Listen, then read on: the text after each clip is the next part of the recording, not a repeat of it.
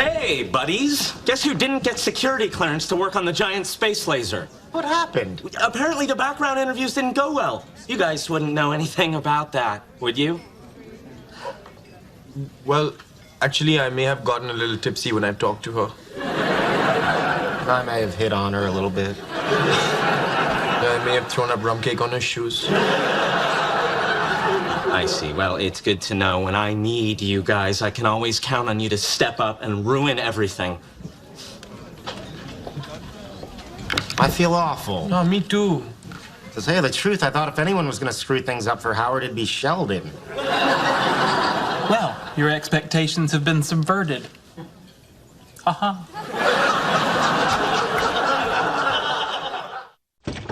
Well, hey, Penny, wow, look at you all ready for your showcase. You look great. Thanks. I just wanted to come by and wish you guys luck with your symposium. Oh. Well, thank you.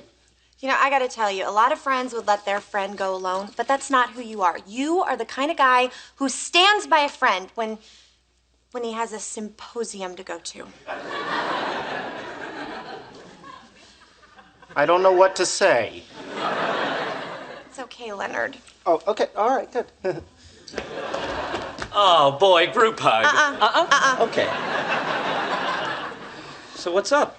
Well, Penny is on her way to perform in a one-night showcase production of Rent, which we are unable to attend because we're going to a symposium on molecular positronium given by Dr. Emil Farman-Farmian.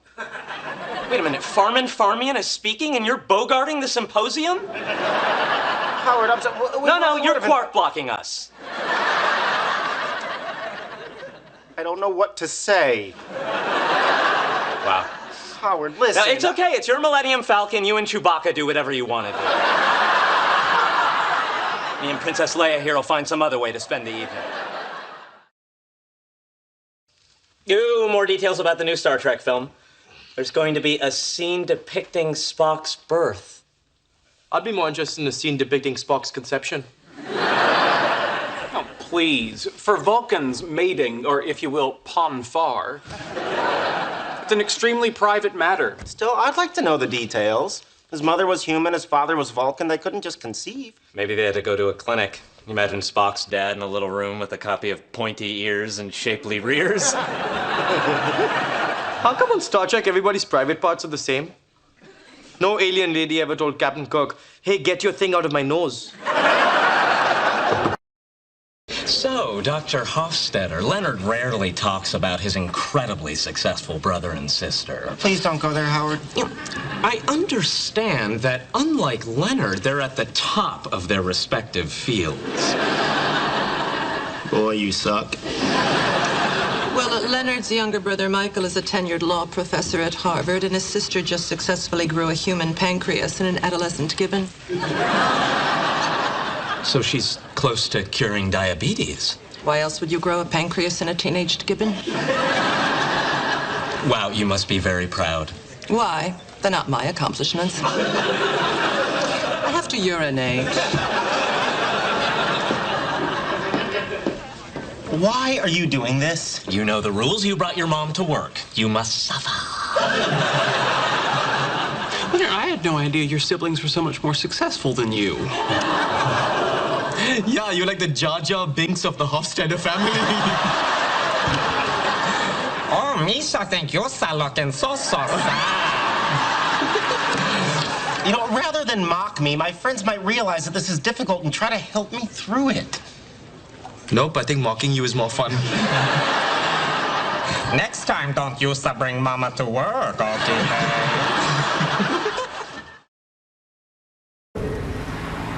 Thank you for driving me. You're welcome. I wish you weren't wearing flip-flops. Dangerous to drive in flip-flops. Sheldon? Sorry. I just don't want to be yet another flip-flop fatality. Can I ask you a question? Given your community college education, I encourage you to ask me as many as possible. Yeah. Well, my question is, and I'm pretty sure I know the answer, is this your first date? That depends. Does square dancing with my sister at a Teens for Jesus 4th of July hoedown count as a date? No. Then this is my first date. Okay. Well, then there's a couple of things you should probably know. I have a master's degree and 2 doctorates. The things I should know, I do know. My point is, I know more about dating than you, and if you were as smart as you think you are, you would listen to me. If you know so much, how come I have a date tonight and you have nothing better to do than drive me to it? Fair point.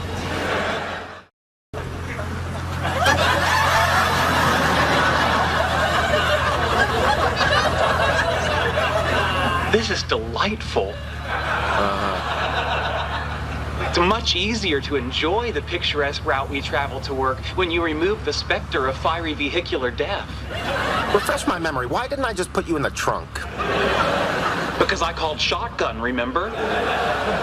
Right.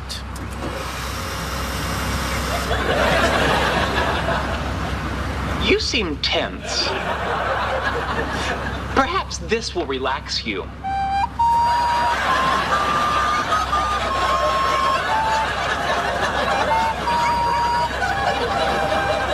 I don't want to listen to music, Sheldon. Very well.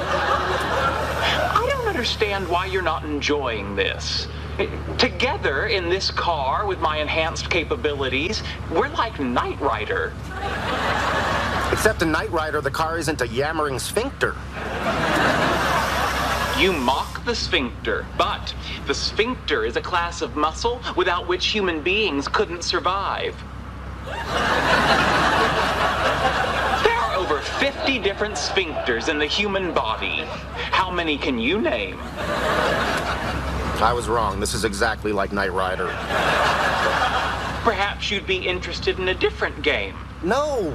This is a photograph of the 1911 Solvay Conference on the theory of radiation and quanta. Using Photoshop, I've introduced a few anachronisms. See if you can spot all 24. I'll give you the first one. Madame Curie should not be wearing a digital watch. And go. That's it. Bye-bye.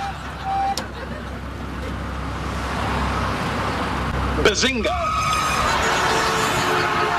I have an override switch. I almost died. And I'm safe and sound in bed. Who's crazy now? I'm still gonna go with you.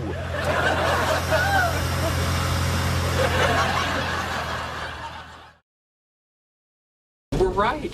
This was a very productive evening. I saw a whole new side of Amy Farrah Fowler tonight. I did not have sex with 31 guys. I'll be happy to check the math, but numbers don't lie, Penny. In any event, now that Amy and I have spent quality time together, I feel much more confident proceeding to the next stage of our relationship. And that is? Using in vitro fertilization and a surrogate uterus to gift humanity with our progeny. You're still on that? In these uncertain times, doesn't humanity deserve a gift? Okay, you know what? I'm gonna come at this in a whole new way. Sheldon, if you try to make a baby with Amy in a petri dish, I'm gonna tell your mother on you. Well, that's no threat. My mother's always wanted a grandchild. Really, your deeply religious, born-again Christian mother wants a test tube grandbaby born out of wedlock? Curses. If I had thought of that in the first place, I could have saved myself this whole night. Well, it's not that late. You can still go out and look for number 32.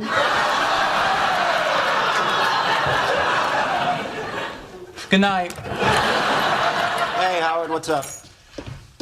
I've decided not to procreate. Yeah, great.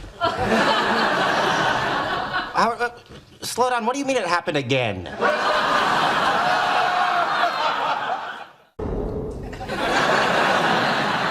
Oh, Bella, don't you see? Edward's only pushing you away because he loves you. Coming.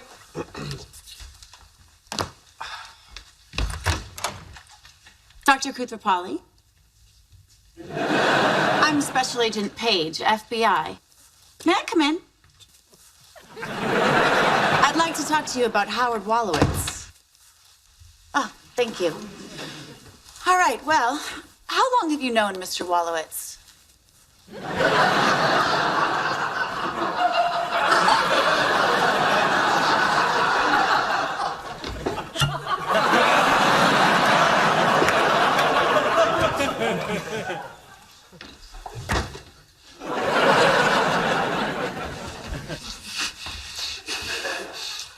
Rum cake? No, thanks.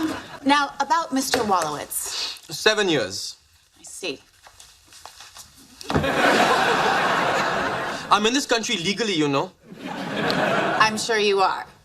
Now, to your knowledge, has Mr. Wolowitz ever committed a crime? Of course not. I'm here on an H-1B visa, which means I can't be associated in any way with crime or criminal activity, and I'm not. Good. To your knowledge, does Mr. Wolowitz have any foreign contacts? No, just me. Oh, there it is. Here comes the cavity search. Excuse me? Please don't send me back to India. It's so crowded. It's like the whole country is one endless Comic-Con, except everybody's wearing the same costume. Indian guy. Dr. Cooper. I love this country. The baseball, the freedom, the rampant morbid obesity. From California to the New York Island, I'm a real Yankee Doodle boy. My country 'tis of thee. Da, da, da, liberty.